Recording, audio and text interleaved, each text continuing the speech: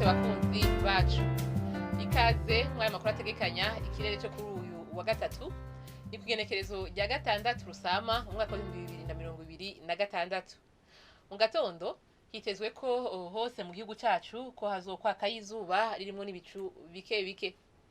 Ahazoba hakanye gusumba handi azoba ari imuramvya mu ntara ya Gitega, aho ibipimo by'ubushuhe byaho bizaba bigera kuri °C 12.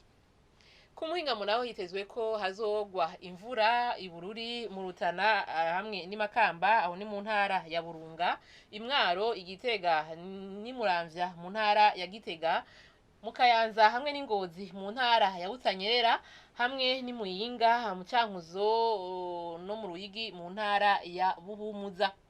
Ahazorangwa ikirere kirimo ibicu vyinshi hazoba ari Ikaruzi mu ntara ya Gitega.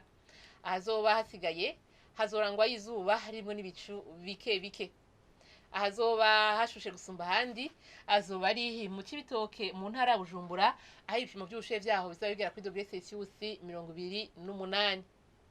Ejo mu gatondo hatekanijwe yuko izuba rizoseruka igihe cy'isaha 12 ziburako umunota umwe, zirenge igihe cy'isaha 12 ziburamo iminota 2 z'umugoroba.